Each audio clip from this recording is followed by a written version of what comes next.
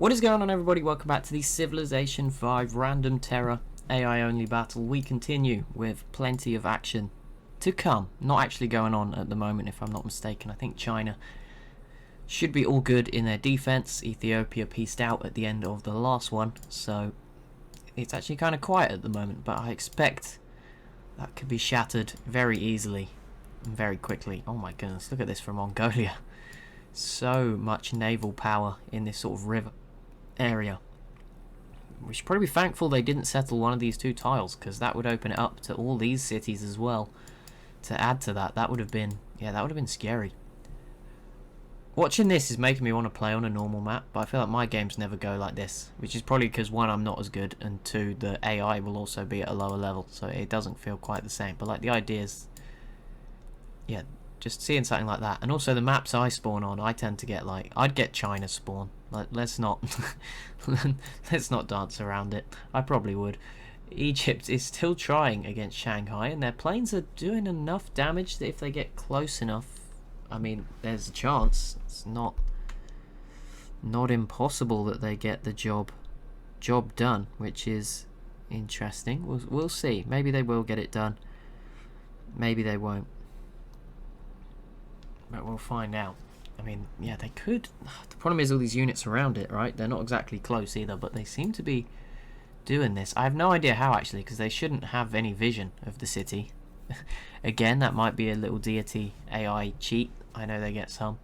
Because, like, yeah, I couldn't do this. If I was a human player, you could not bomb Shanghai. No one could, because no one's near enough. So, unless they wouldn't have radar or anything, like the later technologies, or not satellites, whatever it is, whichever one it is. I think it's satellites. So yeah, it doesn't really make sense that Shanghai is getting damaged, but never mind. Siam declares war on China. Not going to matter too much in the grand scheme of things. Siam did hold off Mongolia. Ethiopia. God, China can't catch a break. Even Ethiopia's joining in, and Ethiopia aren't exactly doing too great in this game. So that's pretty surprising, but there we go. Sure, it'll be fine.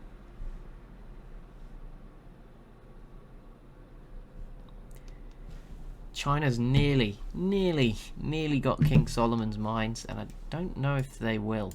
I think, based on what I've told, yeah, you can kind of see, I think this might be the limit of one city's growth, so they may actually never get this, which is kind of sad, because it was 1, 2, 3, 4, 5. Yeah, I've been told it's like 5 tile limit, which I didn't know. I guess it gets kind of awkward when you have multiple cities overlapping. That doesn't really help the calculation or working out in your head. Poland pieces out with China and takes nothing.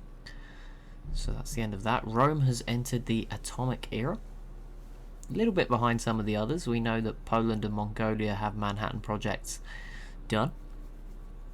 It's a bit worrying, but Rome have had a lot more time now at peace to stack up, and as you can see, almost every tile is now full of units. It's only turned to 70, so even, yeah, a war with Mongolia, it would certainly favour Mongolia, but it would not be a walk in the park. I don't know what Rome's strategy is. It's an interesting one. They have so much artillery to just sit back and bombard, but I feel like there is maybe a little lack of melee units in there as well, but we'll see. It's going to give them a lot of versatility to fire on enemies that are far away, but they may also not take up as much ground, which could be an issue. But we'll see. Interesting strategy. Not really seen an AI go this heavy on artillery, I don't think, before, so we'll see what happens. I don't really know. There's no like restrictive resources on artillery or infantry, so I don't know what exactly has made them choose to go this aggressive on artillery, but there we go. Poland, meanwhile, much more varied. In fact, their mainland looks much more open, and then their naval power in the central lake is off the charts compared to anyone else. Not sure how useful that will be should Mongolia come knocking. Mongolia doesn't even touch that lake, technically. Maybe they do in the south? No, not quite. And this one's a separate... Oh no, it's not separate, but there's other borders in the way. Rome might lock off the southern part, though, at some point in the future. One tile away from doing just that.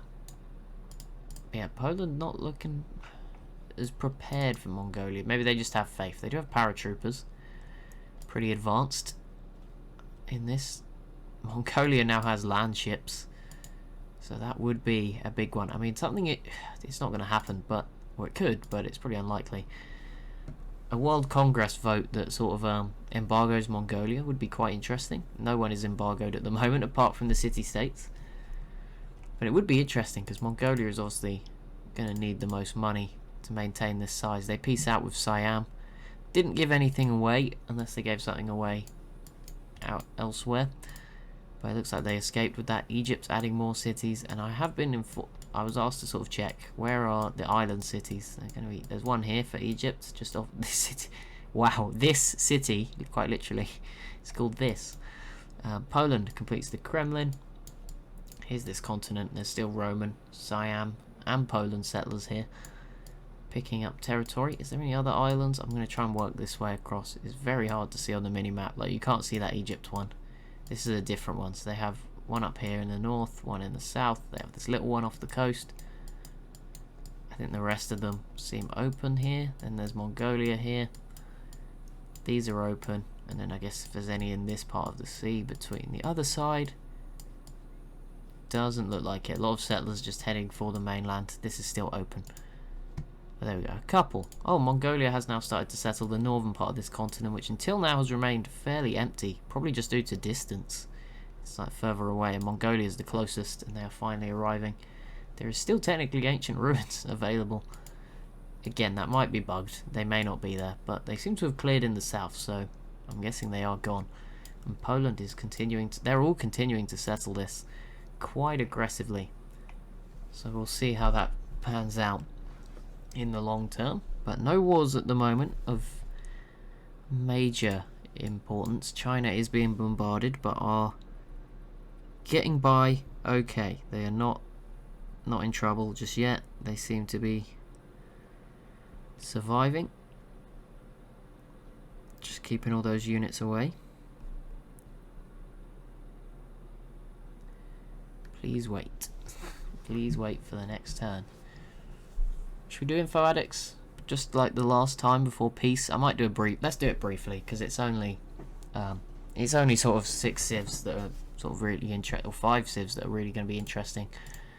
So there's Mongolia on score. We could actually use the graphs instead of the numbers. I was going to say if people want to, but there's no way I could gauge that while making the video. Poland in second, not climbing as steeply, but sort of leveled off. Egypt, I think, up in third. Rome and Siam tied, and then Ethiopia and China moving along at the bottom. Ethiopia had this drop off. That was not as steep as I thought it would be, especially since I guess Mongolia only rose to here, but was that long ago? Must have been. Military numbers, Mongolia, there was a close point, then they took the lead again, and then they jumped, but Poland also jumped more recently. Rome has also had a bit of a jump. Obviously some of this will be tech related. Net gold, Mongolia does not lead the way, they're down there. GMP, Mongolia and Poland much more closely interlinked. Egypt has had a bit of a spurt recently, while Rome has struggled, and Siam's had a bit of a bump, a bit of a fall, climbed up, and then a bump. So I don't know what that was related to. Treasuries, Mongolia and Poland stacking all the money. Trade routes, that is a mess. We're not going to use that. Is anyone negative? It's hard to tell. I think this line 0, so I don't think anyone is if that line is 0. Science output, Mongolia, look at that leap. Like here they just jump, climb kind of same pace, whereas Poland have a bit of a lull here and then pick up before, while Poland's the same. So that's probably all equal in terms of increase. And then boom, both of them have some pretty meteoric jumps, but Mongolia has since way eclipsed Poland. Production, Mongolia still leading the way over Poland. Egypt sit in third and climbing, although they have sort of leveled off in the last turn. Rome is down and had a fall and still struggling, which is weird because there have not been any wars or anything, so that's a bit worrying. And Siam also climbing. Population, Mongolia is miles clear of the rest. Poland, Rome and Siam are actually pretty much neck and neck, and then Egypt a bit lower because they have a bit more tundra and desert, I think, in their empire, so that would explain that. Who is this? Is that the Mayans? No. Who's? Oh, that was Denmark. The Mayans are back here. Crop yield, yep, Mongolia still a huge lead as expected. Poland then in second. Egypt's climbing. Rome, Siam. So it looks like Egypt is on the gain. Text, that's not really easy to read. policies, Poland led the way. Obviously all those extra era ones will be keeping them above the rest, and then I think they're probably potentially the best anyway. In that one, land Mongolia, again, Poland caught up to them, and since then it's been slow progress for Poland, while rapid growth for Mongolia. Cities, Mongolia leads the way, then Poland, Egypt, Rome, and Siam. That's not particularly useful, is it, a graph for number of cities? We'll do cities and tech separately. Culture is a complete mess, and Mongolia is actually leading, so fair play to them. Influence is nothing. Tourism, they're all climbing up rapidly. Mongolia, Poland, Egypt there. Great works. Wonders, that is a mess. Faith gain, we'll look at religion separately. I actually paid like no attention to religion, so we'll have a look now since the start. And right, I said tech and cities. So cities, Mongolia currently has 52, 35 for Poland, 31 for Egypt, 26 for Rome, Siam with 15. So it's quite impressive that Siam is still in the discussion. China with 2, Ethiopia with 1. Technologies, Mongolia and Poland now tied for 63, 60 for Rome, 59 for Siam, 56 for Egypt, and 54 and 52 for the others. In terms of religions, the most dominant in the world is 52 cities for Eastern Orthodoxy from Ethiopia, 47 for Islam from Egypt, so that's kind of east and west from the south, and then China was stuck in the middle, have still managed to get into 21, which is quite impressive when you think Addis Ababa is not that far away from Beijing. There's not 21 cities in the gap, and you can see Eastern Orthodoxy comes all the way up to here. Taoism is in sort of southwestern Rome, and I mean Egypt's Islam comes all the way down here. I don't know how China has got this in 21 cities. I don't know where. Oh, it's spread sort of northwards a bit to Poland. That would be why Poland sort of adopted it. It's their own religion. But yeah, Thebes and the other two sort of holy cities, Thebes and Addis Ababa, are either side of Beijing, so you wouldn't expect Beijing to be like a super religion or anything, because that's pretty difficult to deal with too.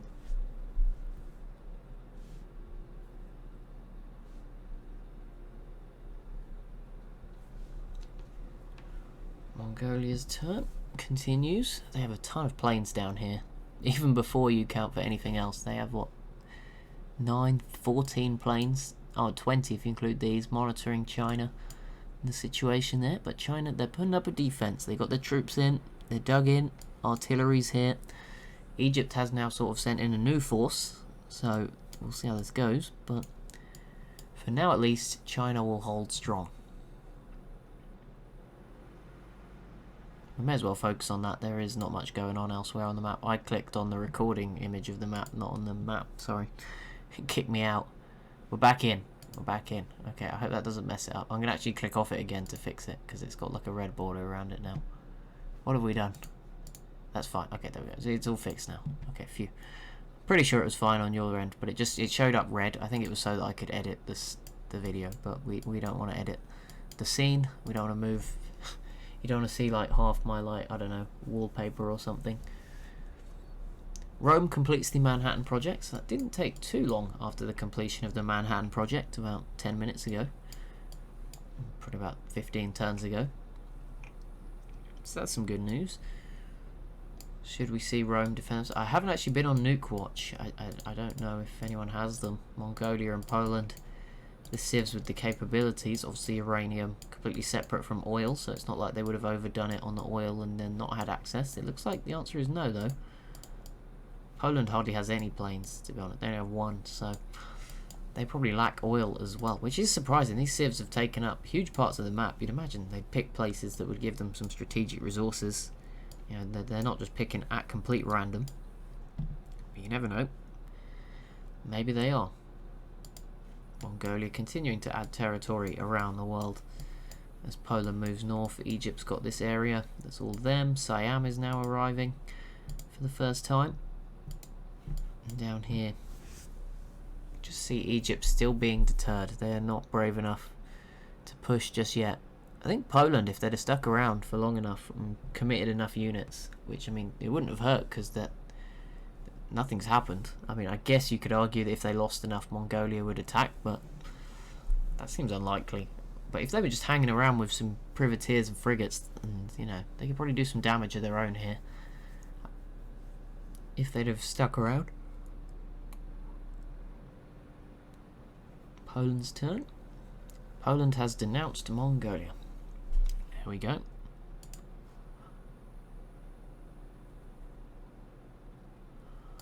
Could be a sign. There it is, an atomic bomb straight in Copenhagen.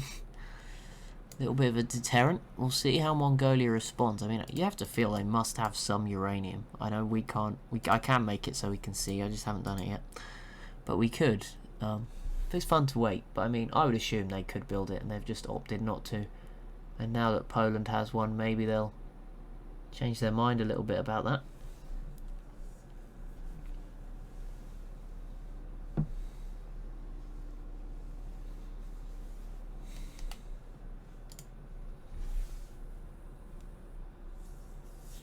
Egypt's still not getting it done.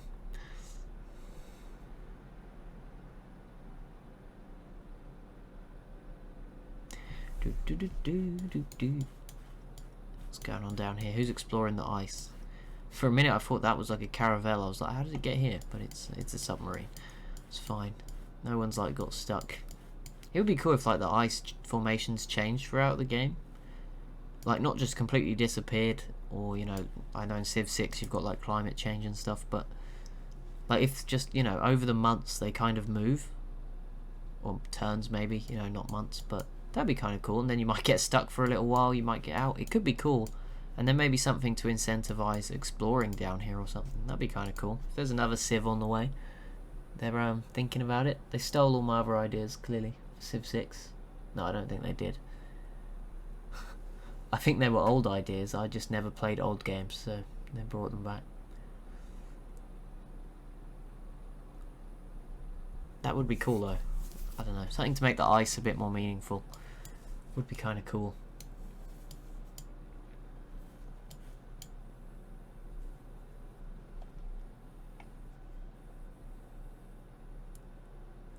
What else could they do? Instead of, they could add to barbarians, they could add like animals like that attack you, like different landscapes. Have, you know, like if your scout was moving into a marsh, there might be like crocodiles in it. That could be cool. See, there you go. I can come up with ideas on the fly.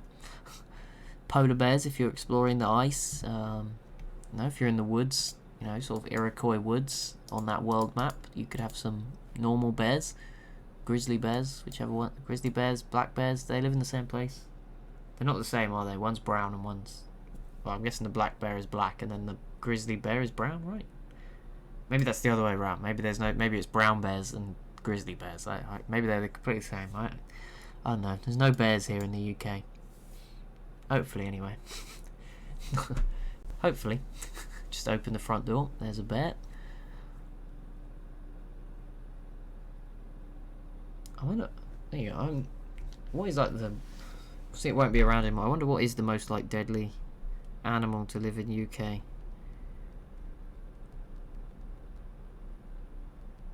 In the past, because obviously now, like in the wild, I don't know, a fox is probably the most deadly.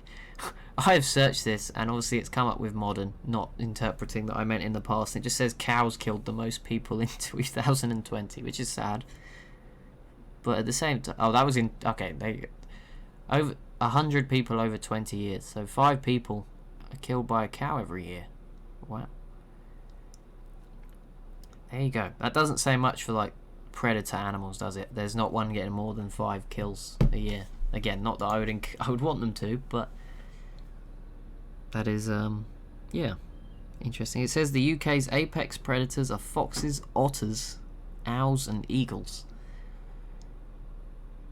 I've seen a fox in outside, like I've seen a fox. Well, I've seen them all, but you know what I mean. Like in just walking around, like I've seen a fox. I've seen an owl. I don't think I've seen an eagle just flying around, but probably been close to one. You could imagine. I don't know. And otters, I've definitely not seen any otters endangering me on any of my journeys. So that's at least one down. But yeah, you could add like different ones. If you're going through like the rainforest, you could have your unit, like just random events, like your unit gets bitten by a spider or attacked by a snake or a jaguar. You could have tigers, and maybe it could be like based on your civ culture as well. Civs that have certain animals might deal with certain ones, and then you do it by landscape as well. Be a cool idea. It would just change it up a bit from barbarians. It doesn't have to be on all the time. It could just be like a toggleable option. which is something they have more of in Civ 6. Is no one going to declare any wars? Please? If we could just make them all fight each other, that would be kind of fun. But we're not going to do that. What we are going to do is wrap up the episode for today. I'm going to have to probably cut the lengths on some of them over the next few weeks, guys, because I'm going to be a bit busy with work. I'm recording this on my lunch break while like working at home, so yeah, really have to cut things short. But anyway, I will probably come back, maybe skip a few turns to try and get some action going on for Sunday's episode. But yeah, thank you so much for watching. As always, if you have enjoyed, be sure to leave a like and a comment down below. Let me know your suggestions for another Civ game and what you think of my idea of like having animals play a part in the game. And I will see you in the next one.